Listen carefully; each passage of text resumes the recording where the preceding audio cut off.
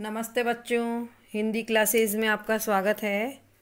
हम अंतरा पाठ्य पुस्तिका का पाठ 1 ईदगाह पढ़ रहे थे। आज इसी पाठ का भाग 4 शुरू करने जा रहे हैं।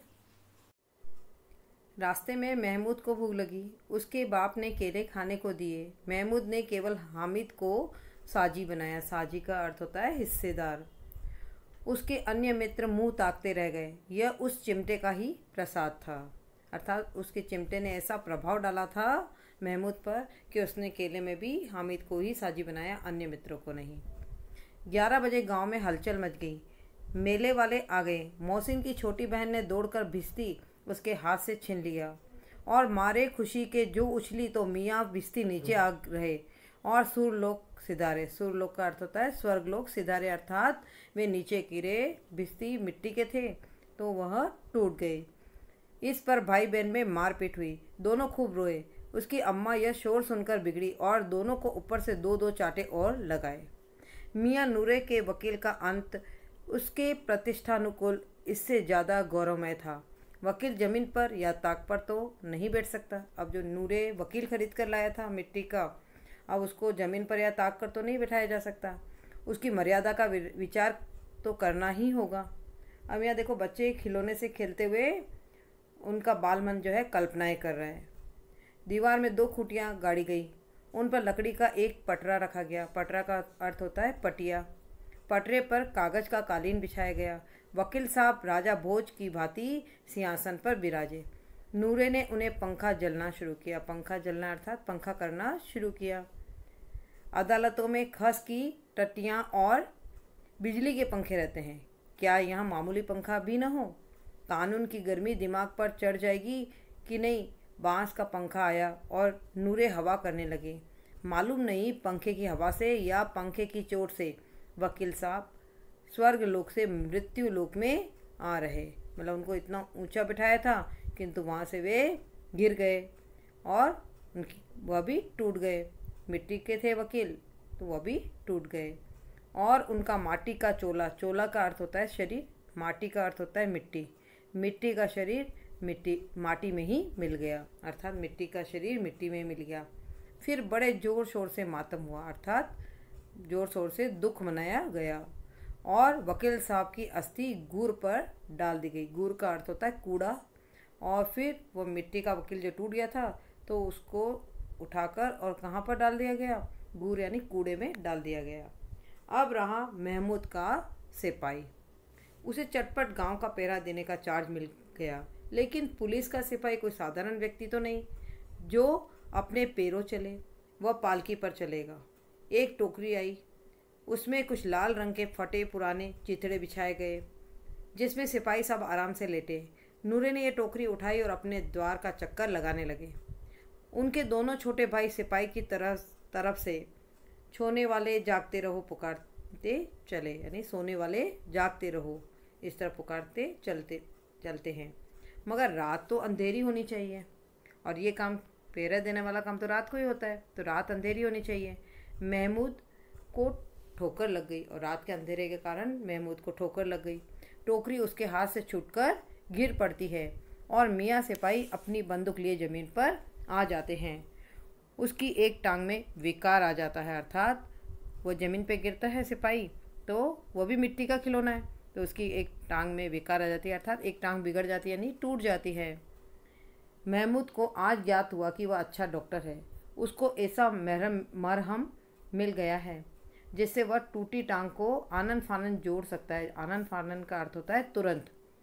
केवल गुलर का दूध चाहिए। गुलर का दूध आता है, टांग जोड़ दी जाती है। लेकिन सिपाही को ज्यों ही खड़ा किया जाता है टांग जवाब देती है।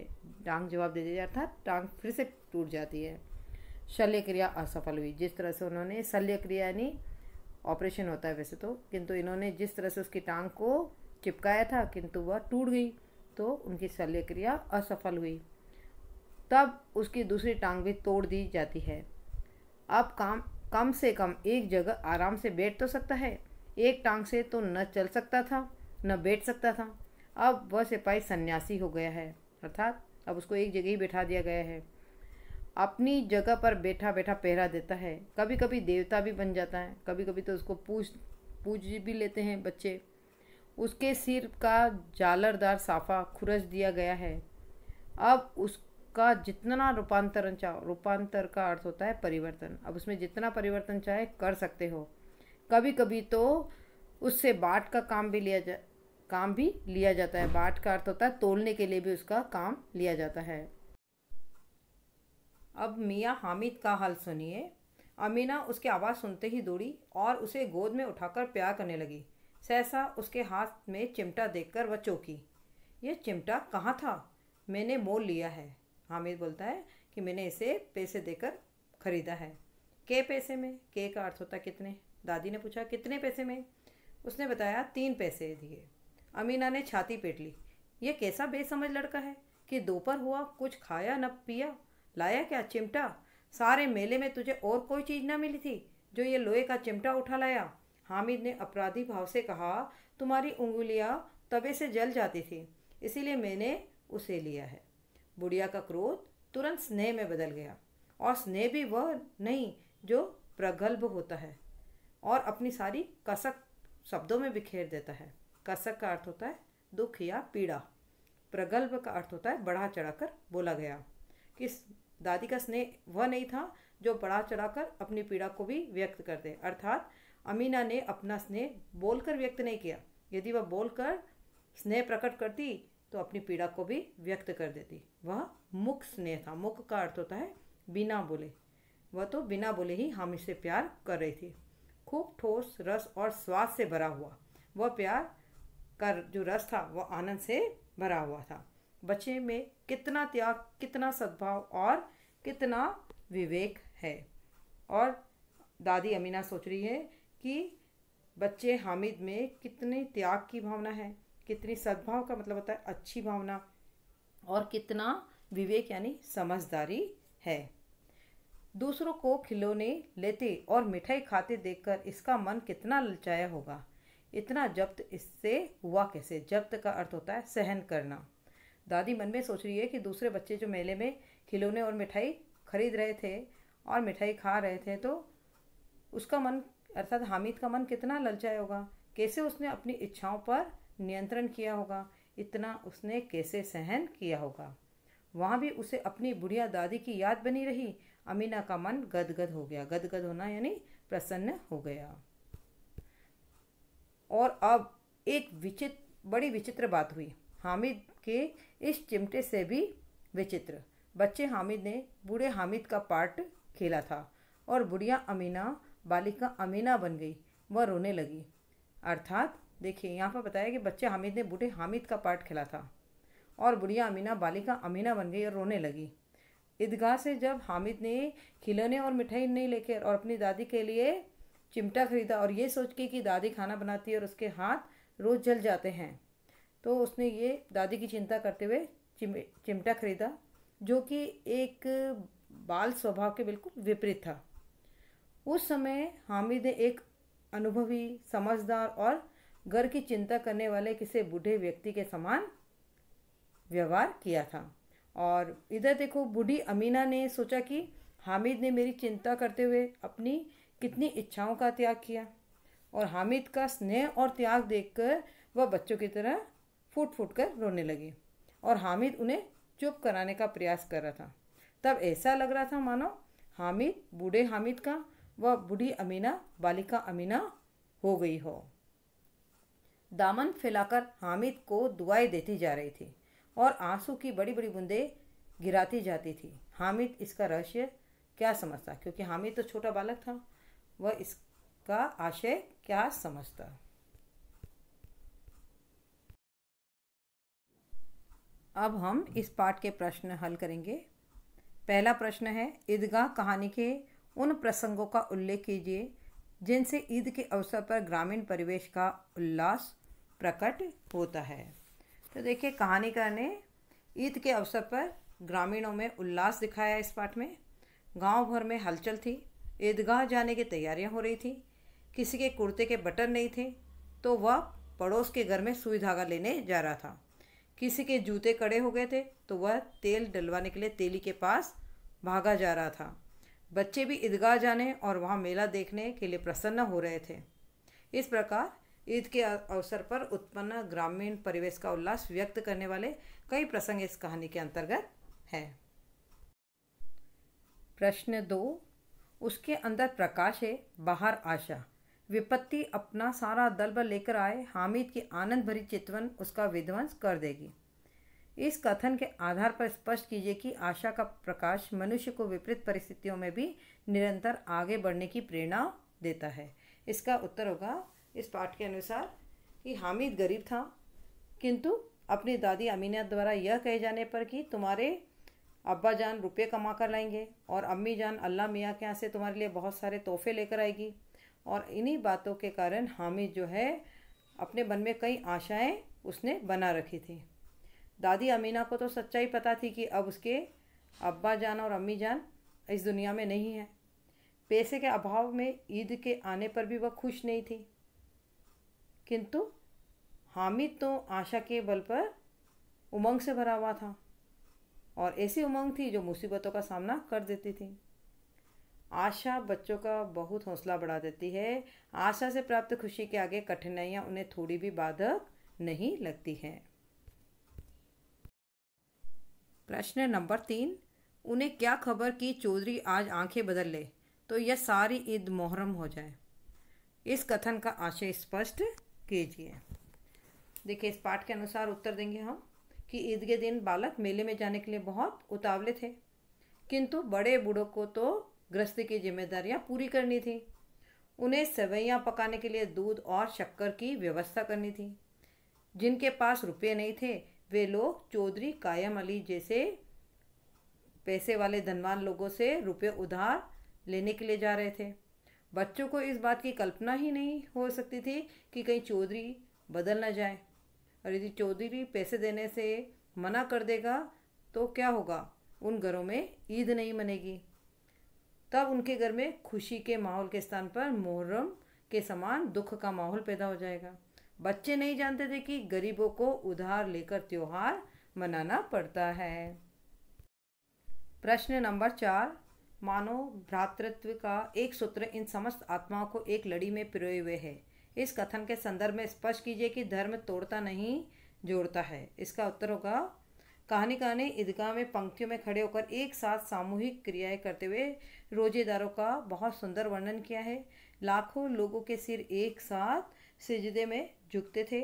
नमाज अदा करते समय झुकने के बाद वे सब एक साथ खड़े होते थे। इतने सुव्यवस्थित ढंग से सारी क्रियाएं करते देखकर यही लगता था कि उनमें भातृत्व का एक सूत्र उसी प्रकार पिरोया हुआ है जिस प्रकार की माला में सूत्र पिरोया रहता है। सूत्र का अर्थ यहाँ पर धागे से है। वहाँ पर नमाज अदा करने वाले सभी मुसलमान आपस में भाईचारे से जुड़े हुए थे। इससे लग रहा था कि धर्म लोगों को आपस में जोड़ता है, जबकि कुछ लोग धर्म के आधार पर लोगों को बांटने या तोड़ने का काम करते हैं। अतः लेखक कहता है कि धर्म तोड़ता नहीं जोड़ता है। प्रश्न नंबर 5, ईदगाह कहानी के शीर्षक का औचित्य सिद्ध कीजिए। क्या इस कहानी को कोई अन्य शीर्षक दिया जा सकता है? इसका उत्तर होगा ईदगाह शीर्षक सामूहिक नमाज अदा करने के नाम पर दिया गया है। कहानी के संपूर्ण कथानक का प्रतिनिधित्व भी कर रहा है। इस शीर्षक से ईदगाह के लगने वाले मेले की सामूहिक नमाज पढ़ने की तथा पवित्र आस्था का वर्णन किया गया है। यह शीर्षक जिज्ञासात्मक और छोटा तथा पूर्णतया मौलिक भी है, अतः यह शीर्षक सर्वथा उचित है। यदि इस कहानी का अन्य शीर्षक रखना होता तो हम हामिद का चिमटा रख सकते थे, क्योंकि उसे हामिद ईदगाह के मेले से खरीदकर लाया था। अन्य बच्चों की तरह मिठाई खिलौने आदि न लेकर गरीब बालक हामिद द्वारा चिमटा खरीद कर लाया गया। उस चिमटे के कारण हामिद को बुढ़िया अमीना से दुआएं मिली। हामिद का चिमटा शीर्षक में जिज्ञासा उत्पन्न करने आदि की विशेषताएं भी है, इसलिए इस पाठ का शीर्षक दूसरा हम हामिद का चिमटा भी रख सकते हैं। प्रश्न नंबर 6, निम्नलिखित गद्यांशों की सप्रसंग व्याख्या कीजिए। इन गद्यांशों की व्याख्या मैं पाठ के अंतर्गत कर चुकी हूँ, तो आप वह सुन लीजिए। प्रश्न नंबर 7, हामिद ने चिमटे की उपयोगिता को सिद्ध करते हुए क्या क्या तर्क दिए। तो हामिद ने अपने साथियों द्वारा की गई टिप्पणियों का उत्तर दिया और चिमटे की उपयोगिता सिद्ध करते हुए अनेक तर्क दिए, जो इस प्रकार हैं कि कंधे पर रख लो तो चिमटा बंदूक हो जाए, हाथ में ले लो तो फ़कीरों का चिमटा हो जाए, इसे मंजीरे की तरह भी काम ले सकते हैं, चिमटे से प्रहार से तुम्हारे सारे खिलौने की जान निकल जाए, चिमटा खंजीरे का पेट फाड़ सकता है, ये आंधी तूफान में भी डटा रह सकता है, आदि कई तरह के उसने तर्क दिए। प्रश्न नंबर 8। गांव से शहर जाने वाले रास्ते के मध्य पड़ने वाले स्थानों का ऐसा वर्णन लेखक ने किया है मानो आंखों के सामने चित्र उपस्थित हो रहा हो। अपने घर और विद्यालय के मध्य पड़ने वाले स्थानों का अपने शब्दों में वर्णन कीजिए। ये आपको अपने विचार व्यक्त करने हैं। ये क्वेश्चंस आप सॉल्व करेंगे। प्रश्न नंबर 9। बच्चे हामिद ने बूढ़े हामिद का पार्ट खेला था और बुढ़िया अमीना बालिक अमीना बन गई। यह कथन में बूढ़े हामिद और बालिका अमीना से लेखक का क्या आशय स्पष्ट कीजिए। तो इसका उत्तर होगा, हामिद जब ईदगाह से खिलौने और मिठाई न लेकर अपनी दादी के लिए चिमटा खरीदता है, जो कि बाल स्वभाव के बिल्कुल विपरीत है, उस समय हामिद ने एक अनुभवी, समझदार और घर की चिंता करने वाले बूढ़े व्यक्ति के समान आचरण किया। और बूढ़ी अमीना ने सोचा कि हामिद ने मेरी चिंता करते हुए अपनी कितनी इच्छाओं का त्याग किया। हामिद का प्यार और त्याग देखकर वह बच्चों की तरह रोने लगी और हामिद उन्हें चुप कराने का प्रयास कर रहा था। तब ऐसा लग रहा था मानो हामिद बूढ़े हामिद का और बूढ़ी अमीना बालिका अमीना बन गई हो। प्रश्न नंबर 10। दामन फैलाकर हामिद को दुआएं देती जाती थी और आंसू की बड़ी बड़ी बूंदें गिराती जाती थी। हामिद इसका रहस्य क्या समझता? लेखक के अनुसार हामिद अमीना की दुआओं और आंसुओं के रहस्य को क्यों नहीं समझ पाया? कहानी के आधार पर स्पष्ट कीजिए।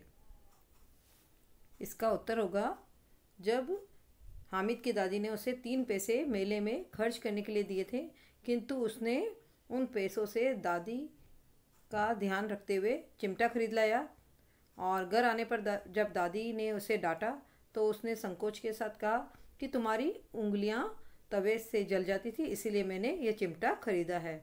और हामिद का यह उत्तर सुनकर उसकी दादी का क्रोध जो है वह स्नेह में बदल गया, है ना। और वह उसकी समझदारी को देखकर, उसके त्याग को देखकर उसकी दादी जो है वह रोने लगी और दुआएं देने लगी। तो बालपन की नासमझी एवं भोलेपन से वह इस रहस्य को नहीं समझ पाया कि दादी रोती हुई दुआएं क्यों दे रही है और इस तरह गदगद क्यों हो रही है। उसे अभी तक जीवन संघर्ष का अनुभव नहीं हुआ था। दादी की विवशता से पूरी तरह वह अपरिचित था। इस कारण भी वह बूढ़ी दादी के आंसुओं और उसकी दुआओं का रहस्य नहीं समझ सका। हामिद के चरित्र की कोई 3 विशेषताएं बताइए। इस प्रश्न का उत्तर होगा, वह समझदार और विवेक बुद्धि वाला था। मेले में अन्य बालक मिठाइयाँ खाते हैं, खिलौने खरीदते हैं, परंतु हामिद लालच में नहीं आता है तथा अपनी बूढ़ी दादी का ध्यान में रखकर चिमटा खरीदता है। तो इससे उसकी समझदारी और विवेकशीलता का पता चलता है। दूसरी विशेषता है स्नेही। हामिद अपनी दादी से अत्यधिक स्नेह रखता है। रोटी पकाते समय चिमटा न होने के कारण अमीना की अंगुलियां जल जाती हैं। इस बात का ध्यान रखकर हामिद चिमटा खरीदता है। तो अपनी दादी से प्रेम करता है, इसलिए स्नेही स्वभाव का है। तीसरी इसकी विशेषता है लालच रहित। हामिद के पास कम पैसे हैं, इस कारण वह मेले से खिलौने और खाने की चीज़ें नहीं लेता। वह अपनी भूख और लालच पर नियंत्रण रखता है। प्रश्न 12। हामिद के अतिरिक्त इस कहानी के किस पात्र ने आपको सर्वाधिक प्रभावित किया है और क्यों? तो इसका उत्तर होगा, हामिद के अतिरिक्त इस पाठ में अमीना के पात्र ने हमको सबसे अधिक प्रभावित किया है। अमीना हामिद की दादी है, जो बूढ़ी है, अकेली रहती है और उसकी आर्थिक स्थिति भी अच्छी नहीं है। कपड़ों की सिलाई करके वह घर खर्च चलाती है। उसके पुत्र और पुत्रवधू जो है उनकी मृत्यु हो चुकी है। वह अपने पोते हामिद को बड़े लाड़ प्यार से पालती है और हामिद जब अपने माँ बाप के लिए पूछता है तो वह हामिद की खुशी के लिए झूठ का थोड़ा सहारा लेती है। ऐसा करना उसकी समझदारी को दिखाता है। वह बालक हामिद को बड़े स्नेह से पालती है, उसे दुआएं भी देती है उसका चरित्र दूसरों के लिए प्रेरणादायक है और इसीलिए इस कहानी में अमीना के पात्र ने भी हमको बहुत अधिक प्रभावित किया है। प्रश्न 13। बच्चों में लालच एवं एक दूसरे से आगे निकल जाने की होड़ के साथ साथ निश्चलता भी मौजूद होती है। कहानी के कोई 2 प्रसंग चुनकर इस मत की पुष्टि कीजिए। देखिए, ईद के दिन, इसका उत्तर होगा ईद के दिन जब गांव के लोग मेला देखने जा रहे थे तो बच्चे दौड़कर आगे निकल जाते। हामिद के साथियों ने मेले से खिलौने खरीदे तो वे अपने अपने खिलौनों की प्रशंसा बढ़ा चढ़ाकर कर रहे थे। बालक हामिद ने मेले से चिमटा खरीदा तो अन्य बालक जो है वह उसके चिमटे की बुराई करने लगे। तो हामिद ने उनसे कहा कि उसे कंधे पर रख लूँ तो बंदूक हो जाए और चिमटे को हाथ में ले लिया तो फ़कीरों का चिमटा हो जाए। ऐसे तर्क देकर यह स्पष्ट कर दिया कि उसका चिमटा सबसे श्रेष्ठ है।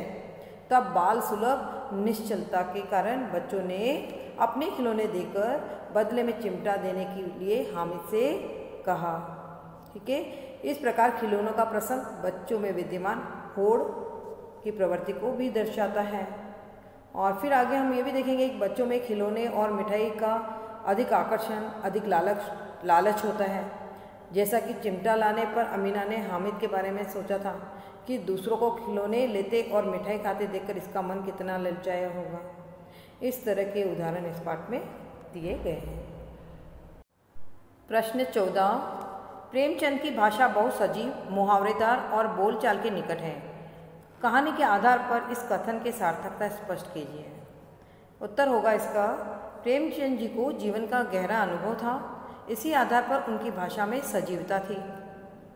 उन्होंने भाषा में मुहावरों का बिना संकोच प्रयोग किया है। जैसे इस पाठ में हम देखेंगे कुछ उदाहरण। उन्हें क्या खबर कि चौधरी आज आंखें बदल ले तो सारी ईद मुहर्रम बन जाए। और भी उदाहरण देखिए इस पाठ के, किस किस से मुँह चुराएगी, दिन भी कट जाएंगे, उनकी कल्पना तो राय का पर्वत बना लेती है। जैसे कितने ही सजीव और मुहावरेदार भाषा के उदाहरण इस पाठ में प्रेमचंद जी ने दिए हैं।